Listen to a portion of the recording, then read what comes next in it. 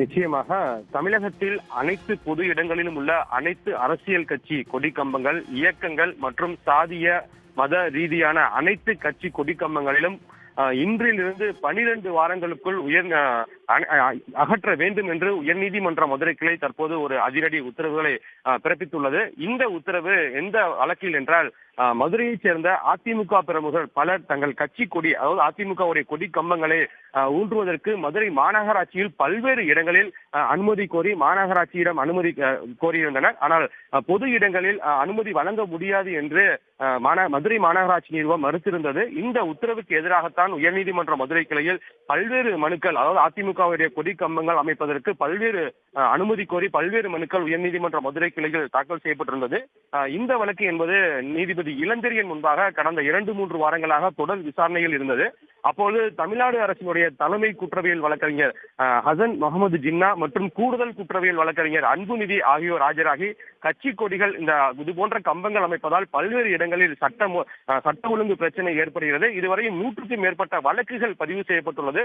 பொது இடங்களில் தாங்கள் கட்சி கொடிகளை ஊன்றுவதற்கு அனுமதி வழங்கவில்லை என தங்களது வாதங்களை எடுத்து வைத்திருந்தனர். அதனைத் தொடர்ந்துதான் தற்போது நீதிபதி ஒரு விரிவான உத்தரவுகளை பிறப்பித்துள்ளார். குறிப்பாக தமிழகம் முழுவதும் உள்ள அனைத்து அரசியல் கட்சிகள், இயக்கங்கள், சாதி மத ரீதியான அனைத்து கொடிக்கம்பங்களையும் 12 வாரங்களுக்குள் அகற்ற வேண்டும் என்று ஒரு உத்தரவு பிறப்பிக்கப்பட்டுள்ளது.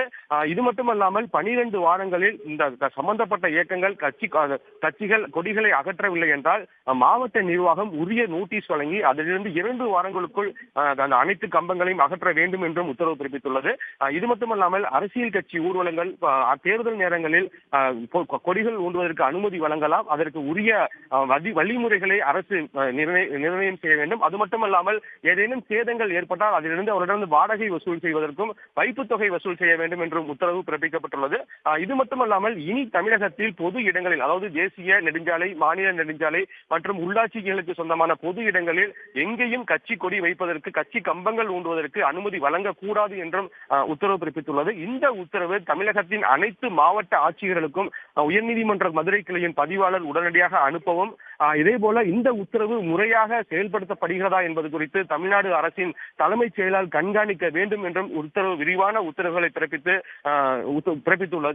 இந்த வழக்குகள், அதாவது கட்சி கொடி கம்பங்கள் ஊன்றுவதற்கு அனுமதி கோரிய அனைத்து மனுக்களையும் தள்ளுபடி செய்து உயர்நீதிமன்ற மதுரை கிளை ஒரு உத்தரவு பிறப்பித்துள்ளது.